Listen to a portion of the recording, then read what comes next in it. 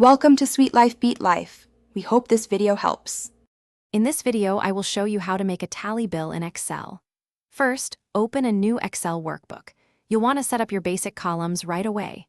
Label them clearly for things like item description, quantity, unit price, and total. Remember to format your currency columns correctly, perhaps to 2 decimal places, and ensure your date column is set for easy entry. This foundational step is crucial for an organized and efficient billing process. Now, let's get to the data entry and calculations.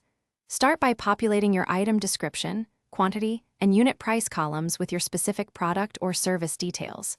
For the total column, you'll use a simple multiplication formula. For example, if quantity is in column B and unit price in column C, your formula would be equals B2 times C2. Then, just drag that formula down to apply it to all your items, saving you a lot of time. Next, we'll calculate the subtotal, apply any taxes, and find the grand total. Below your item totals, use the SUM function to add up all individual item totals for your subtotal. Then, calculate your tax amount by multiplying the subtotal by your applicable tax rate, perhaps 5%. Finally, add your subtotal and the calculated tax together to arrive at the grand total for your tally bill. This ensures all costs are accurately accounted for.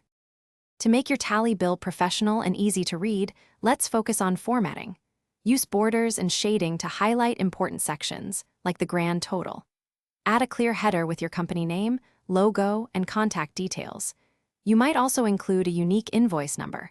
Once everything looks good, save your Excel file. Consider saving it as a template so you can quickly generate new bills without starting from scratch every time. This streamlines your billing process significantly. Thanks for watching. Consider subscribing if we helped you.